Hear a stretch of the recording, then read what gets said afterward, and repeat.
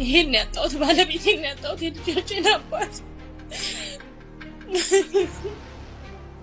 ባለቤቴ ህይወቴ ነበረ፣ ጓደኛዬ ነበረ። ቃላት እሱን ለመግለጽ ያጥሩኛል። የአርቲስት ነጻነት ወርቅነህ ባለቤት ከሰዓታት በፊት በሰጠችው ቃለ መጠይቅ ላይ እሱን አጥቼ ቢሆንም ለልጆቼ ልኑር እባካችሁ ከጎን የሆኑ ስትል ጠይቃለችም። ወዲህ ደግሞ የነጻነት ወርቅነህ እህት ስለ ባለቤቱ ያወጣችው ሚስጥር ሌላ ሀዘንና ግርምትን አጭሯል።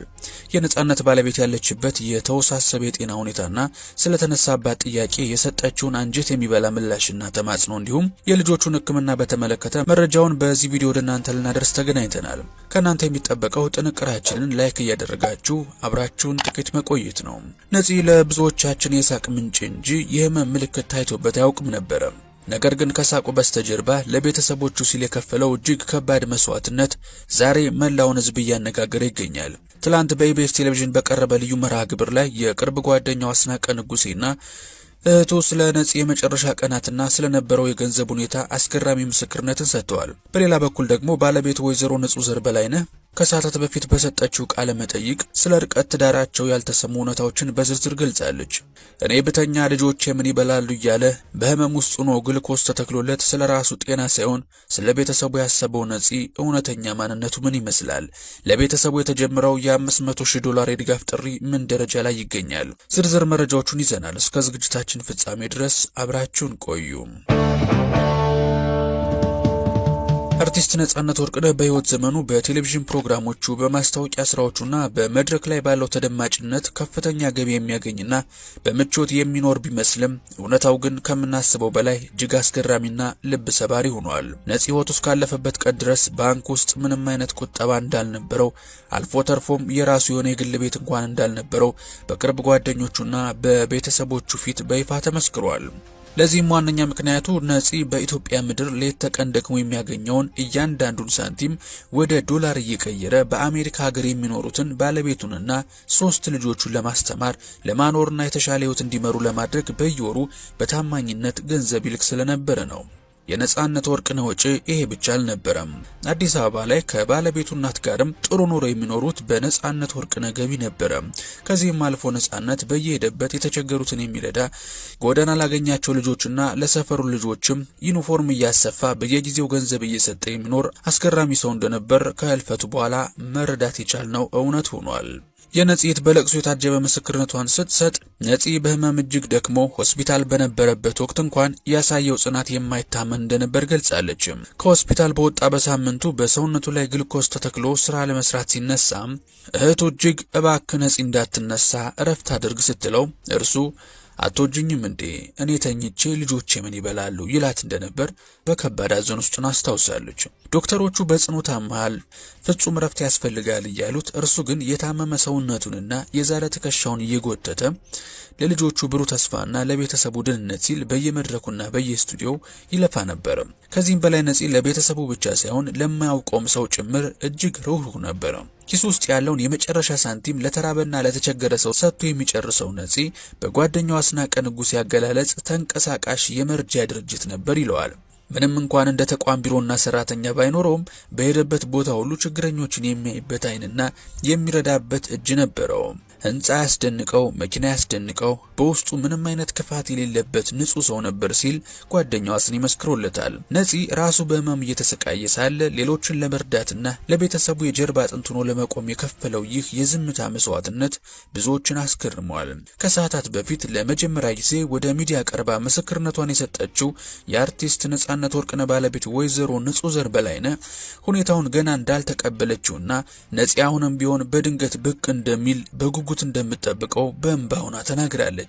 ባለቤቴ ህይወቴ ነበረ፣ ጓደኛዬ ነበረ፣ ቃላት እሱን ለመግለጽ ያጥሩኛል ስትል የተናገረችው ወይዘሮ ንጹህ ዘር ነፂ ለኢትዮጵያ ህዝብ የቁም ነገርና የሳቅ ምንጭና የህዝብ ልጅ ቢሆንም ለኔ ግን የኔ ብቻ ነበረ በማለት ሐዘኗንም ባየተናነቃት የገለጸችበት መንገድ እጅግ ልብ ሰባሪ ነበረ። ንጹህ ዘር ያጣችው የትዳር አጋሯን ብቻ ሳይሆን የ3 ልጆቿን አባትና የመላ ህይወቷን መሪ መሆኑን ስትገልጽ ገና በስነ ስርዓቱ እንኳን አልተሰናበትኩትም፣ ብቻዬን አላገኘሁትም በማለት በውስጡ ያለውን ጥልቅ ሐዘን አጋርታለች። ጥንዶቹ የርቀት ትዳርን የመረጡት በአጋጣሚ ሳይሆን ልጆቻቸው በአሜሪካን ሀገር የተሻለ የትምህርት ዕድል እንዲያገኙና ነገ ላይ በየትኛውም የዓለም ክፍል ሰርተው እንዲለወጡ በጋራ ባሳለፉት ውሳኔ መሆኑን ተናግራለች። ንጹህ ዘር እንደገለጸችው ነፂ በአካል ኢትዮጵያ ይሁን እንጂ በየደቂቃው ስለ ልጆቹ ትንንሽ ጉዳዮች፣ ስለ ጤናቸውና ስለ ትምህርታቸው እንኳን ሳይቀር በስልክ እየተመካከሩ አብረው ነበር ያሳደጓቸው። ብቻዬን በአካል እዚህ ሆንኩ እንጂ አንድ ላይ ነበር ያሳደግናቸው፣ ተለያይተን ምንም ነገር አድርገን አናውቅም ስትል የነጻነትን የአባትነትና ቤተሰብ ውስጥ ያለውን ቦታ መስክራለች።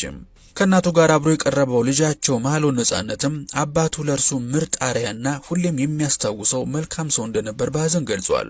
ንጹህ ዘር አክላም ብዙ ሰዎች ስለ ነፂ የተለያዩ አስተያየቶችን ቢሰጡም ይህ ሁሉ የመነጨው ለእርሱ ካላቸው ጥልቅ ፍቅርና ክብር እንደሆነም እንደምትረዳ ገልጻለች። አሁን የቀረኝ ትልቁ ዓላማ ልጆችን በሰላም ማሳደግ ነው። እሱን አጥቼም ቢሆን ለልጆቼ ልኖር፣ እባካችሁ ከጎኔ ሆኑ ስትል ትጠይቃለች። የባለቤቴን ስም አናጥፋው፣ ነፍሱን እናሳርፈው፣ ይብቃ በማለት ንግግሯን የደመደመችው ንጹህ ዘር ባለቤቷን በክብር ለመሸኘትና የጀመሩትን የልጆች ማሳደግ አደራ ለመወጣት የሁሉንም ኢትዮጵያዊ ድጋፍና ጸሎት እንደምትሻ አሳውቃለች።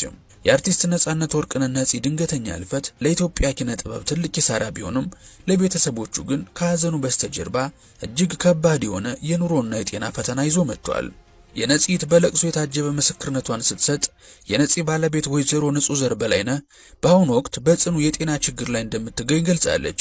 ንጹህ ዘር የስኳርና የልብ ህመም ተጠቂ ከመሆኗም በላይ ገና በልጅነቷ እግሯ ላይ በገባ ብረት ምክንያት በአሜሪካን ሀገር ረጅም ሰዓት ቆሞ ለመስራትና ራሷን ለመርዳት አቅሙ እንደሌላት ተነግሯል። ይህ ሳያበቃ ሁለቱ ልጆቻቸውም በየጊዜው የአይን ቀዶ ጥገና ላይም ኦፕሬሽን የሚያስፈልጋቸው ሲሆን ነፂ በህይወት እያለ ከዚህ ሆኖ በከፍተኛ ድካም የሚልክላቸው ገንዘብ ዛሬ መቋረጡ ቤተሰቡን ለከፍተኛ ስጋትና ጭንቀት ዳርጎታል።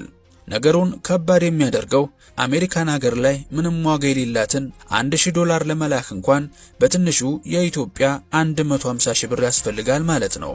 ታዲያ ነፂ የታመመ ሰውነቱን ግሉኮስ ተተክሎለት እንኳን ልጆቼ ምን ይበላሉ እያለ ሲለፋ የነበረው ይህንን የቤተሰቡን ደካማ የጤና ሁኔታና ፍላጎት ለመሸፈን እንደነበር አሁን በግልጽ ታውቋል። ይህንን ተከትሎም የነፂ የቅርብ ጓደኛ አርቲስት አስናቀ ንጉሴና የኢቢኤስ የሥራ ባልደረቦቹ የነፂን ቤተሰብ ለመታደግ ሰፊ የድጋፍ ጥሪ አቅርበዋል። በይፋ የጎፈንድሚ አካውንትም ተከፍቷል። ይህንን ሊንክም ከዚህ ቪዲዮ ዲስክሪፕሽን ላይ አሊያም የኮሜንት መስጫው ላይ እናጋራችኋለን። ለባለቤቱና ለሶስት ልጆቹ ቋሚ መተዳደሪያ እንዲሆን የታለመ $500,000 የጎፈንድሚ ዘመቻ የተጀመረ ሲሆን ምንም እንኳን በማህበራዊ ሚዲያ ላይ መጠኑ ይበዛል፣ ለኪነ ጥበብ ትምህርት ቤቶች ቢውል ይሻላል የሚሉ አስተያየቶች ቢሰሙም የነፂ ጓደኞች ግን ቤተሰቡ ያለበትን የጤና ችግርና ልጆቹ በአሜሪካ የሚኖሩበትን የኑሮ ውድነት ግምት ውስጥ በማስገባት የልጆቹ ትምህርት ሳይቋረጥ እንዲቀጥልና ባለቤቱ ሕክምናዋን እንድታገኝ ይህ መጠን አስፈላጊ መሆኑን በጽኑ አስረድተዋል። ከጎፈንድሚ ዘመቻው በተጨማሪም አርቲስት አስናቀ ንጉሴ እንደገለጸው ነጻነት ወርቅነህ ህይወቱ ካለፈ ጊዜ ጀምሮ እሱን የተመለከቱና በኢቢኤስ ዩቲዩብ ገጽ ላይ ከሚለቀቁ ፕሮግራሞች የሚገኙት ገቢዎች በሙሉ በቀጥታ ለቤተሰቦቹ እንደሚውሉ በይፋ ተወስኗል። እንዲሁም የፊታችን የካቲት ወር በሚከበረው የነጻነት ወርቅነህ የልደት ቀን እሱን በታላቅ ክብር የሚያስብና ለቤተሰቦቹ ተጨማሪ ገቢ የሚያሰባስብ ልዩ የክብር መርሃ ግብር በጓደኞቹና በቤተሰቦቹ አዘጋጅነት ይካሄዳል። መላው ህዝብም እንደ ቀድሞ ፍቅሩን በተግባር እንዲያሳይና ለነፂ ቤተሰቦች የጀርባ አጥንት እንዲሆን ጥሪ ቀርቧል። የምንወዳችሁ የቻናላችን ቤተሰቦች በዛሬው ዝግጅታችን የታዋቂው አርቲስት ነጻነት ወርቅነህን ከህልፈቱ በኋላ የወጡ መረጃዎችንና የቤተሰቦቹን ወቅታዊ ሁኔታ ተመልክተናል። አርቲስቱ በህይወት ዘመኑ ያፈራው ቁሳዊ ሀብት ሳይሆን በብዙዎች ዘንድ የሚጠቀስለት መልካም ስምና የደግነት ታሪክ መሆኑን በተለይም በህመም ውስጥ ሆኖ ለቤተሰቦቹ ሲል ያሳየው ጽናት የአርቲስቱን የግል መስዋዕትነት የሚያሳይ ሆኖ አልፏል። በአሁኑ ወቅት የሁላችንም ትኩረት የሚያስፈልገው የቀረበው የድጋፍ ጥሪ ላይ ነው። ባለቤቱ ወይዘሮ ንጹህ ዘር በላይነህ ለምንጊዜ ሚዲያ በሰጠችው ቃለ መጠይቅ የባለቤቷን ስም በማክበር ነፍሱን እንድናሳርፍና ከጎኗ እንድንቆም ጥሪዋን አስተላልፋለች። ባለቤቱ ባለባት የጤና እክልና ልጆቹ በሚፈልጉት የአይን ሕክምና ምክንያት ቤተሰቡ በአሁኑ ወቅት የገንዘብና የሞራል ድጋፍ እንደሚያስፈልገው በይፋ ተገልጿል። የአርቲስት ነጻነት ወርቅነህ ነፍስ በሰላም ትረፍ። ለባለቤቱ፣ ለልጆቹ፣ ለእህቱና ለቅርብ ወዳጆቹ ሁሉ መጽናናትን እየተመኘን እናንተም የምንወዳችሁ ይህን መረጃ ለሌሎች በማጋራት እንዲሁም በጎፈንድሚውና በተጠቀሱት አማራጮች አቅማችን የፈቀደውን ድጋፍ በማድረግ የበኩላችንን አስተዋጽኦ እንድናደርግ እያሳሰብን ዝግጅቱን እስከ መጨረሻው ስለተከታተላችሁን ላቅ ያለ ምስጋና እንጀባ እያልኳችሁ በቀጣይ በተሻለ ቪዲዮ እስከምንገናኝ ሰላማችሁ ብዝት ይበልልኝ። ቸር ቆዩልኝ።